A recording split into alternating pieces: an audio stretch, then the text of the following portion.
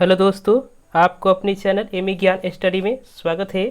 तो चलिए दोस्तों, आज के इस वीडियो के तहत हम आपको मैथ का ऑब्जेक्टिव क्वेश्चन देने वाले हैं और बहुत important objective question VVI objective question है।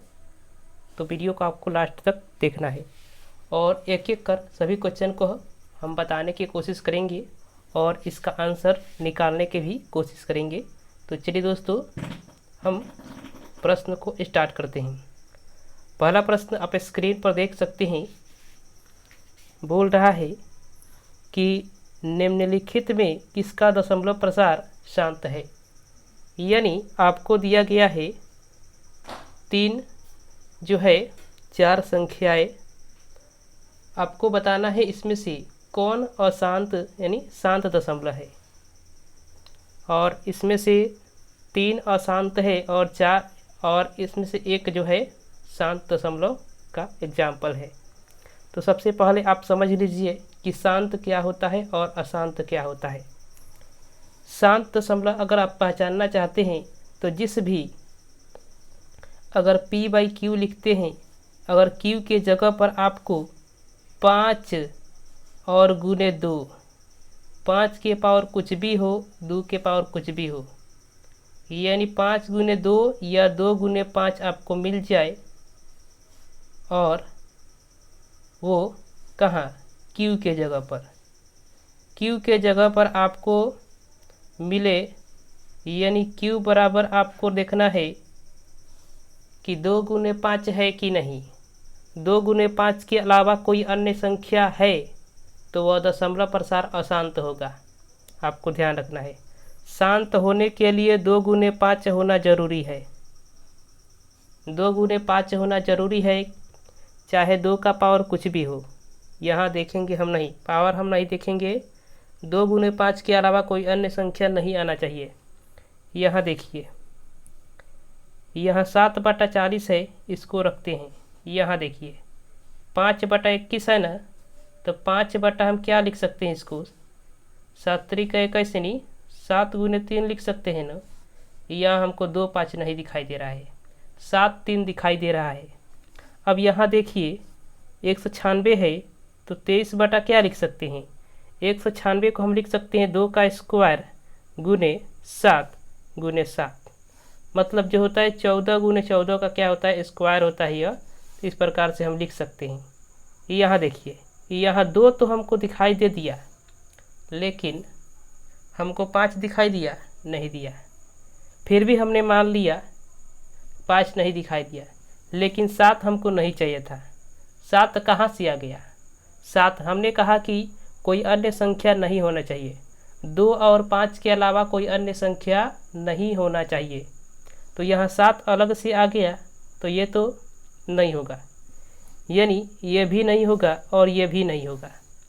अब यहाँ देखिए 31/121, यानी 2 ऑप्शन हमने काट दिया, एक ये और एक ये ऑप्शन हमने काट दिया। अब यहाँ देखिए जो 4 नंबर ऑप्शन है 31/121, इसको हम लिख सकते हैं 31/11 गुने 11 लिख सकते हैं। अब हमको 2 और 5 नहीं मिला, 11 मिल गया, तो यह भी नहीं होगा, इसको भी हमने काट दिया। तो लास्ट में जो बचेगा वही राइट आंसर हो जाएगा। अब हम आपको बताते हैं कैसे राइट आंसर होगा। अब देखिए यहाँ समझिए 7/40 है। इस क्वेश्चन को समझ जाएंगे तो इस तरह के किसी भी क्वेश्चन को आप बना सकते हैं, इसलिए थोड़ा वक्त देकर समझेंगे इस क्वेश्चन को। तो यहाँ देखिए 7/40 है ना, इसको हम क्या लिख सकते हैं, 7/40 को हम कैसे लिख सकते हैं, 40 को अगर हम तोड़ें तो 10 का 40 होता है, यानी 2 का क्यू लिख सकते हैं ना, यानी 2 का क्यू कितना होता है, 8 होता है, और 5 लिख सकते हैं। हमको 2 और 5 मिला ना, 2 और 5 के अलावा कोई संख्या है नहीं है, पावर नहीं देखना है, 2 और 5 मिलना चाहिए और 2 और 5 के अलावा कोई संख्या नहीं होना चाहिए। आपको इतना ध्यान रखना है। तो इसका राइट आंसर क्या हो जाएगा, ऑप्शन नंबर ए 7/40। आइए कुछ और एग्जाम्पल देख लीजिए, आपको और अच्छे से समझ में आ जाएगा। यहाँ देखिए, यहाँ जो क्वेश्चन बोल रहा है कह रहे निम्नलिखित में किसका दशमलव प्रसार अशांत है, यानी जो दशमलव प्रसार है इसका अशांत है आपको देखना है, यानी किसका अशांत है पूछ रहा है। तो यहाँ देखिए, इसको हम क्या लिख सकते हैं, 5/2 के पावर क्यों लिख सकते हैं। तो हमको तो 2 मिल गया लेकिन 5 नहीं मिला, 2 मिला लेकिन 5 नहीं मिला, तो भी चलेगा, तो भी चलेगा, क्योंकि हमने बताया आपको 2 और 5 होना चाहिए, इसके अलावा कोई अन्य संख्या नहीं होना चाहिए। हमको 2 मिल गया तो भी यह जो है शांत होगा, समझ गए। यानी कोई एक संख्या 2 और 5 में से मिल जाए तो भी शांत होगा, आपको ध्यान रखना है। यहाँ देखिए 5/21 है, हम इसको क्या लिख सकते हैं, 7×3 लिख सकते हैं। तो यहाँ देखिए 7×3 लिखा हमने, तो यह कैसे मिला, 7×3 मिला। तो यहाँ क्या हमको मिल गया, 2 और 5 के अलावा अन्य संख्या 7 और 3 मिला, तो ये नहीं होगा, मतलब यह शांत नहीं होगा। ऑप्शन नंबर बी ही राइट आंसर हो जाएगा। अब यहाँ देखिए 512 को हम क्या लिख सकते हैं, 19/2 के पावर 9 लिख सकते हैं ना। अब यह जो है हमको 2 मिला है तो यह भी क्या हो जाएगा, शांत हो जाएगा। और हमने 40 समझा, 60/40 जो है इसमें 40 को हम तोड़ सकते हैं, यह भी शांत है। इसका राइट आंसर आप देख सकते हैं option number B, option number B इसका राइट आंसर हो जाएगा। आइए अगले क्वेश्चन की तरफ चलते हैं। अगला जो क्वेश्चन आप देख सकते हैं बोल रहा है निम्नलिखित में किसका दशमलव प्रसार अशांत है। आपको अशांत पहचान करना है, किसका दशमलव प्रसार अशांत है। इसको हम लिख सकते हैं 5/2 के पावर 3, तो हमको 2 मिला तो यह शांत होगा। अब यहाँ देखिए, यहाँ बात आती है कि इसको हम कैसे लिख सकते हैं। सबसे पहले हम क्या करेंगे, इसका सरलीकरण करेंगे। सरलीकरण करना आप नहीं भूलेंगे, कोई भी क्वेश्चन आपको मिले आपको सरलीकरण करना पड़ेगा। सरलीकरण करने का मतलब है कि यहाँ 3×2 लिख सकते हैं 6 को, और 15 को क्या लिख सकते हैं, 3×5 लिख सकते हैं ना। तो 3 से 3 कैंसिल, यह कितना हुआ, 2/5 हुआ। हमको हर में क्या मिला, 5 मिला, तो यह भी क्या हो जाएगा, शांत हो जाएगा। हमको क्या खोजना है, अशांत खोजना है। 19/512 है, इसको हम लिख सकते हैं 19/2 के पावर 9 लिख सकते हैं ना, यह भी शांत होगा। अब यहाँ देखिए 31/343 है, इसको हटाते हैं। अब समझिए 31/343 को अगर हम लिखें तो 7×7×7 लिख सकते हैं ना। तो हमको क्या मिला, 3/7 मिला, लेकिन 2 और 5 नहीं मिला। हमको क्या चाहिए था, केवल 2 और 5 चाहिए था। तो केवल 2 और 5 हमको नहीं मिला, तो यह अशांत हो जाएगा ना। ऑप्शन नंबर डी इसका राइट आंसर हो जाएगा। चलिए अगले क्वेश्चन की तरफ चलते हैं। आइए अगला टाइप का क्वेश्चन है, बोल रहा है 400 के अभाज्य गुणनखंड में 5 का घातांक है। यानी 400 का अगर अभाज्य गुणनखंड हम करते हैं तो उसमें 5 का घातांक कितना होगा। तो सबसे पहले क्या कीजिए, आप 400 को लिखिए और लिखने के बाद क्या कीजिए, इसमें 5 से भाग दीजिए। आपको अभाज्य गुणनखंड नहीं निकालना है, आपको जिस संख्या का घातांक पूछा है उसी संख्या से क्या करना है, भाग देना है। तो भाग दीजिए, तो 5×8 40 जो होगा 80 हो जाएगा, फिर कटेगा 5 से, तो 16×5 80 होता है। अब 2 बार 5 से कटा, तो 2 बार 5 से कटा का मतलब क्या है, 5 का स्क्वायर इसमें होगा। 5 का स्क्वायर होगा तो पूछा है 5 का घातांक। घातांक कहने का मतलब है कि 5 के ऊपर जो 2 लिखा है यही 2 क्या हो जाएगा, घातांक हो जाएगा। Option number B, option number A देख लीजिए, ऑप्शन नंबर ए इसका राइट आंसर है 2, आप देख सकते हैं।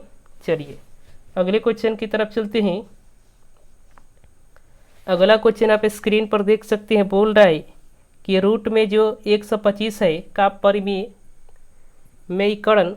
गुणांक है। अब यहाँ समझिए परिमेयीकरण गुणांक क्या होता है। किसी भी संख्या को परिमेय संख्या बनाने के लिए, मतलब कोई भी जो अपरिमेय संख्या है आपको दिया है, उस अपरिमेय संख्या को परिमेय संख्या बनाने के लिए जिस छोटी से छोटी संख्या का प्रयोग किया जाता है उसी को उस संख्या का परमेयीकरण गुणांक कहते हैं।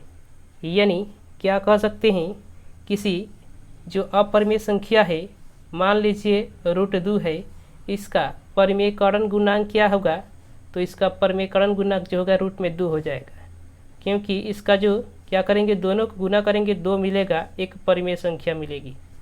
आपको ध्यान रखना है, वही परमेयीकरण गुणांक हो जाता है। अब यहाँ देखिए रूट में 125 है ना, इसको हम क्या लिख सकते हैं, 5 गुने 5 गुने 5 लिख सकते हैं ना। तो यहाँ से 5 बाहर निकलेगा और रूट में 5 हो जाएगा। 5 एक बाहर निकाल लेंगे और रूट में एक 5 हो जाएगा। अब इसमें वह छोटी से छोटी संख्या जिससे गुना कर दे इसमें, तो यह क्या हो जाए, परिमेय संख्या बन जाए। यही जो होता है परमेयीकरण गुणांक कहलाता है।